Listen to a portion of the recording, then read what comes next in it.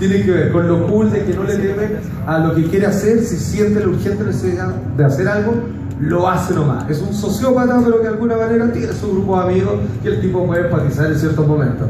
Pero bueno, desgraciado, pero buena onda.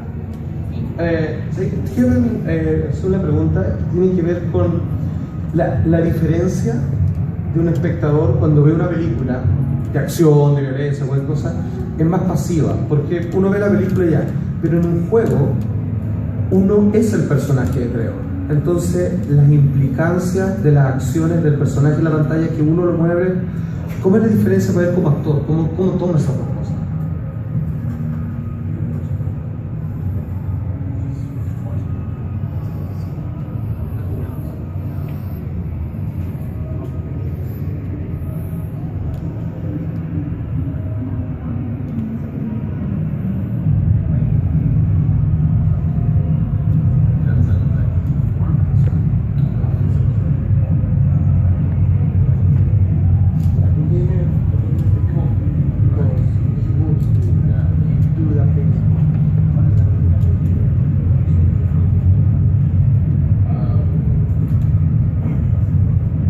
I've not actually really thought about that. I mean, because it's not something I literally or figuratively have control over. So, I mean, it's pretty cool, but I never really thought about beyond, like, I don't know. Never really thought about that. It's just, you know, I kind of did my job, and then I think it's cool that people get to control the character and do, you know, make them do what they want. Perfecto, no, claramente esa fue una paja mía con cosas que pienso de más yo, ¿no? Pero nunca se había hecho la pregunta de qué significa en estricto rigor, porque cuando uno ve una película, el actor sencillamente, uno lo ve como testigo. Entonces a mí me parecía bastante interesante que pensaría un actor que con su personaje lo movemos nosotros, finalmente está colocado ahí y nosotros le impulsamos sus acciones de alguna manera, porque eventually the game composed trigger, so it makes that kind of decision. Sort of my go-to answer with, you know, questions where I can think about how it affects it is I always say it doesn't change the way I take a piss in the morning. In that I have no control over it, I do the same thing regardless, and that's how that sort of is. It really doesn't change the way I take a piss. Perfecto, es una buena pregunta, pero en realidad eso no cambia la manera en que voy a hacer piché en la mañana. Bueno, finalmente no le doy mucha vuelta, es un trabajo y lo hago lo mejor posible, digamos, en todo sentido. ¿Cuál es la principal diferencia en actuar para una serie, una película o un juego de video? ¿Dónde está la diferencia?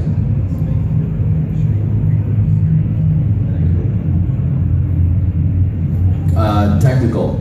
It's just all technical. I mean, with shooting Grand Theft Auto, it's motion capture. So you're in a spandex suit, sort of a full body spandex, and you have little tiny reflective balls, essentially is what they are, that are on different points, as well as on your fingers and your feet, and then you're wearing a helmet. Like a hard helmet that has bars and a light and a camera right here. So like if we're talking, you have to deal with this light in the camera because that's capturing your face, whereas the balls are capturing your body, and then there's cameras all around the ceiling. There's about 200 cameras that is capturing every movement, so that the acting doesn't change. If you're doing movie, TV, you have a script, you have words, you have to, you know, portray that character, the intentions, all of that. Whatever, every actor has a different technique as to what they do. But that difference is just the technical. You don't approach the character any different. If I was approaching Trevor in a film, it would probably be even easier, because if you have Trevor's trailer, you know, in Blaine County, and you're on a set and you're wearing, Stephen Ogg, the actor, is wearing dirty underwear, and I got like some tattoos and a shaved head, and you got beer bottles everywhere, and it's just, when you're on that set, it becomes easier to embody that character, right? Because you're in that real world. Whereas motion capture, You're on a soundstage. You have to imagine that you're in a nasty trailer, that you're in your underwear, that there's beer bottles everywhere. You have nothing. You have no visual. So you have to completely imagine. So it's the technical, and then much more imagination is needed, which is great. Okay, and you never got naked in any scene? No. Although we had some pretty questionable things that we did that I was like, really? Can we do this? Okay. It's crazy. Bueno, la pregunta era, ¿cuál es la gran diferencia en el estricto rigor de actuar para películas o series de televisión o un juego de video? Entonces dice que el hecho de actuar o el hecho de él ofrecer su trabajo profesional como actor no hay ninguna diferencia, pero hay una diferencia que lo separa absolutamente los juegos de video de la película, que tiene que ver con que cuando él actúa para un juego de video tiene un traje de capturadora de movimientos con unas bolitas de colores que obviamente el computador lo va siguiendo, como se usa en la película Avatar que hablábamos, etcétera, etcétera. Entonces dice que en algún momento puede ser complicado porque hay 200 cámaras en el techo, tiene un traje de spandex muy apretado todo el tiempo, o sea, por lo menos le preguntaba, nunca estuvo en pelota, así que porque en realidad cuando él le mostró a alguien dijo, chucha, voy a tener que sacarme la ropa, no, siempre estuvo con el traje, pero que lo problemático es como hay una cámara que es fija para él en el rostro, tiene como un armazón con unas luces que cada vez que mira a alguien, a otro de los actores o que interactúa con algo, en donde lo tiene que imaginar todo, porque es un salón vacío donde Trevor está solo, es la luz que le molestaba, como que te están sacando fotos a cada rato. Es una diferencia técnica. Lo que él entrega como actor es lo mismo, pero es la manera en donde se desarrolla su profesionalismo es diferente. Amigo mío. Hola. Bueno, yo quería hacer una pregunta sobre cuánto tiempo estuvo trabajando para hacer el juego y qué sintió él cuando fue seleccionado para hacer el papel.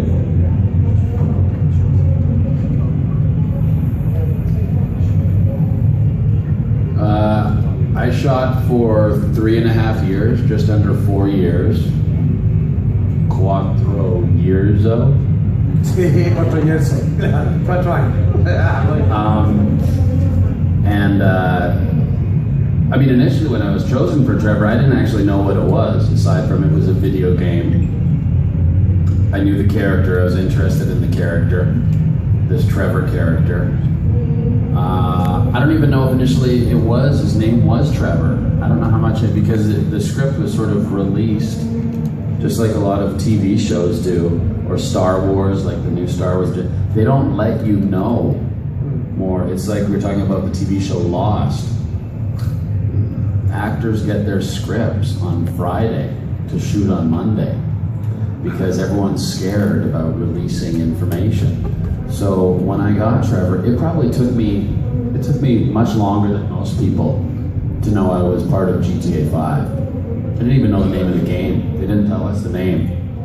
They didn't tell us anything. I just knew I was shooting this fun project and there was really cool people, and as far as I knew, it could have been named anything. And I didn't know GTA, so it meant nothing to me seeing GTA posters everywhere. And the fact that cars and the violence, I didn't put 2 and 2 together thinking, oh my God, this is the next fucking GTA.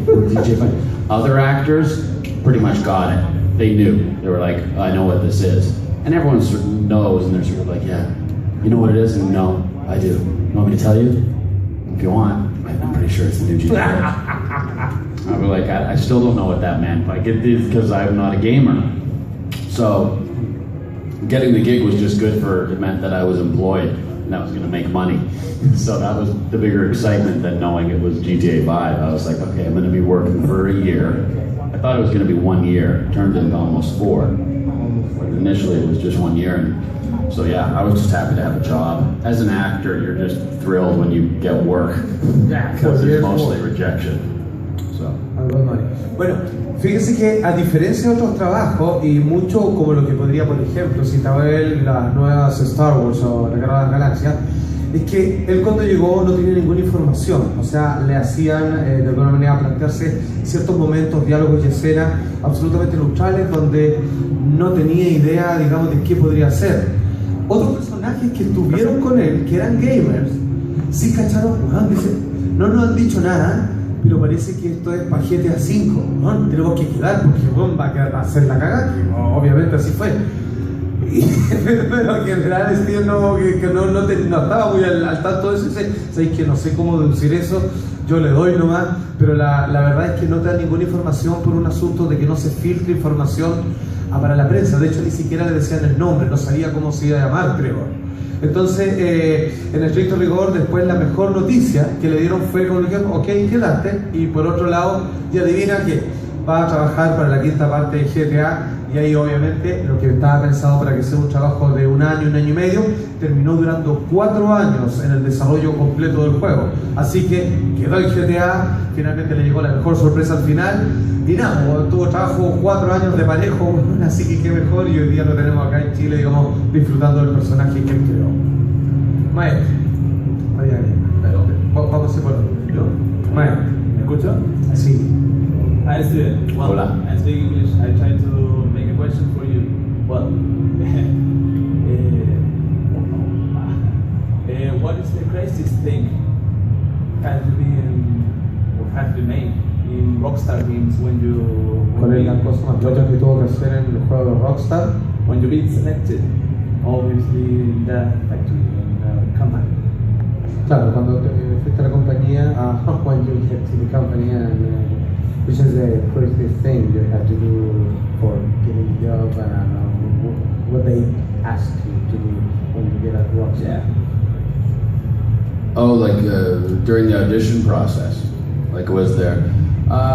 No, the audition process wasn't actually crazy at all. I mean, you were just given sides and you had to interpret them and do a certain thing, and then the callback was when I got paired up with Ned Luke. They were pairing people up to see who worked well together, chemistry, and it was more like a theater audition. Because it was just alone on the stage, and just on the stage, and Ned and I were just going at it, and we both had something that really we locked into each other, and they obviously recognized that, oh, these two guys. Because when we auditioned, it was very antagonistic. It was sort of like there's a play True West by Sam Shepard, and it's two brothers, and they're always wanting to fight each other. And Ned and I did it, and it was almost like two brothers. Like there was definitely a love and a respect for each other, but we wanted to fucking kill each other. And that was just from the sides in the audition, and that's what we obviously showed them, and that's what probably helped get the job for us, was that they could see there was this brother love, just like Michael and Trevor have, right? Because they've been through all this history together. But a lot of times they want to just fucking kill each other. They can't stand each other. So Ned and I had that together. And that's just pure, that's chemistry, that's luck, that's just part of the business in general. okay. But nothing crazy, like, they were never like, okay, I want you to fucking go smash this table to see if you've got rage in you. No. Mira, es bien notable lo que dice, que la verdad es que no tuvo que hacer nada loco, como lo último que dijo, el ejemplo de, a ver, ven para acá, bueno, y agarra para esta mesa y haz la mierda, bueno, a ver si tenía algo de locura en tu interior. No, fue más bien como una audición teatral, donde lo hacían trabajar en pareja, precisamente para ver cómo se comportaban en química, vale decir, si había empatía entre los personajes. Entonces, lo que él piensa, que de alguna manera terminó ganando el puesto, tiene que ver con que él logró hacer un trabajo de introspección tan potente que junto con el otro personaje, que podían ser hermanos, así de sangre o literalmente, pero que en ciertos momentos podían llegar a matarse el uno al otro. Entonces, el hecho de demostrar eso, y vestidos normales, arriba de un escenario, solito, con gente tomando nota, finalmente con esa interpretación mucho más pasiva pero introspectiva, le dijeron, tenemos a Trevor. Vamos pasando después el micrófono por todo. Hola, mi nombre es Víctor. Hola, Víctor. Tengo dos preguntas cortitas. Trevor, can you come here and say go fuck yourself? No. I'm glad you didn't ask. Está feliz con que no le pregunten que diga, well, fuck you, I'll kill you. Every time, everywhere? I think one of these days I might just do it, because I'm so pissed off at being asked that it'll come out. Si siguen pidiendo la de verdad la web. No, dos mini preguntas. Una, ¿cómo ha sido su pega, su trabajo después de haber hecho el personaje que te da? Porque obviamente él ha dicho que no es un gamer, pero que obviamente ha tenido un contacto directo y ha tenido pega, obviamente, haciendo todas estas exposiciones, yendo a cómics, con a Festigame, o sea, a festivales. ¿Cómo ha sido su trabajo, o sea, este trabajo que ha tenido después de eso, y qué se viene en el futuro para Steven Ogg? Que lo vamos a ver en alguna película, yo lo he visto ya en alguna serie. Si tiene algún proyecto que nos pueda adelantar, así como exclusiva. Gracias.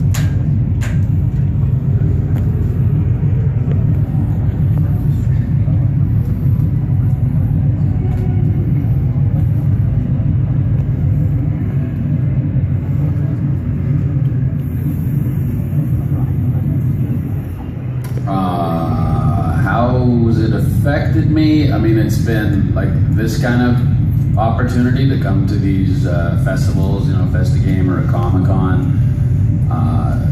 That affects you for the moment. I mean, it's really lovely. Like I'm already feeling sad that on Monday I'm going to be in LA. I'm not going to have this support and this love and this feeling of, you know, being whisked everywhere and being popular. I'm not going to have that. Then I'll be on a set next week for a show where, you know, I'm just another cog in the machine and I'm not going to be treated special. So that's a nice benefit. It doesn't affect, again, it doesn't change the way I take a piss in the morning because it doesn't affect me beyond, I just enjoy it for what it is, but I don't get a big ego thinking I expect it or want it where I go. But that's a very wonderful, beautiful benefit of having done Trevor. I think it's helped in certain meetings with some directors, and Los Angeles seems to respond more to Trevor as a character and a character. They recognize that Stephen Ogg did Trevor and performed it. It wasn't just a voiceover. And so it's certainly opened doors there because they see, oh, this character, he did a great job on this character. He's, you know, they like that. So that's helped with some things. I think some jobs I've got directly from it. And it's funny because usually on films or even TV shows, like I did a comedy, and so everyone it was on Comedy Central, and everyone thought I was just a big fun goofball. But then at some point I got angry or something, and this happens for being recognized like in New York or whatever. And if I curse, I was on set and I was like, fuck, I was getting angry.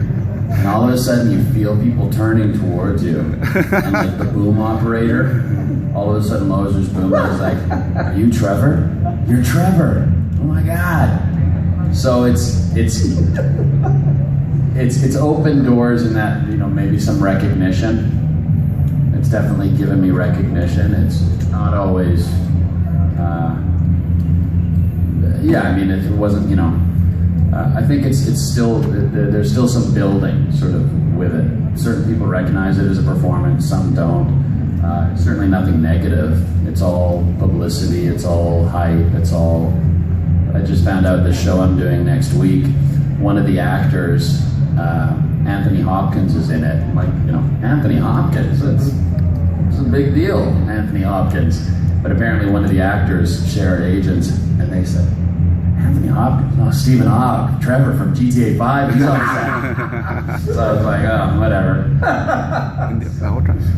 That's pretty much. Ok. ¿Y la otra pregunta? Al tiro. Pero en el título, la primera pregunta es las consecuencias, digamos, y se ha abierto más puerta el hecho de haber interpretado a Trevor. Indudablemente hay una gran cantidad de personas que hoy día lo reconocen, algunos probablemente no, quizás aquellos que no versan con juegos de video o que no pueden ver el trabajo actoral detrás de un dibujo digital. Pero hay un gran mundo y una gran mayoría que sí. Por ejemplo, citaba como ejemplo que a veces, en ciertas ocasiones, trabajando en Comedy Central, obviamente es un lugar donde se hacen sitcoms, así como South Park, así, o otra serie de televisivas de World, que de repente él estaba en un momento de descanso y se pegaba unas puteadas así como, puta la weá, y la gente decía, Trevo, lo reconocían. De hecho, en la próxima semana, que va a compartir escenarios en una producción donde está Anthony Hopkins, que obviamente es un actor reconocido, premiado, para decir basta, con una larga trayectoria, y él decía, wow, voy a trabajar con Anthony Hopkins, y qué bueno, y los productores que estaban ahí decían, bueno, ¿qué bueno vamos a estar con Steven? No, bueno, qué trébol, de GTA, mucho mejor, otro dijo, bueno, así ya pasó. O sea como que está todo pasando con él actualmente y que él agradece que se haya abierto esa puerta. Por otro lado, dice que cómo lo afecta en lo personal, que dice que él viene acá invitado diciendo que no es un gamer, siente el cariño de la gente, disfruta, está su familia esperándolo en Los Ángeles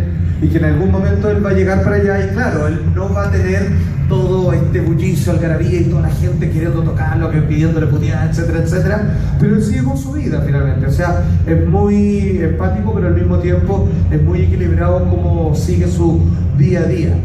Y la siguiente pregunta que era, por eso tu nombre.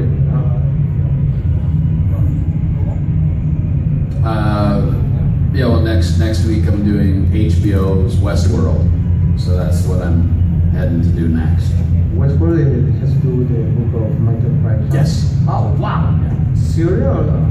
I mean, it's HBO and it's got a James Marsden, Anthony Hopkins, Dwight Yo. I mean, it's got a cast of 1,000, so it should do pretty well. And it's J.J. Abrams. J.J. Abrams is producing it. Bad Robot, Star Wars.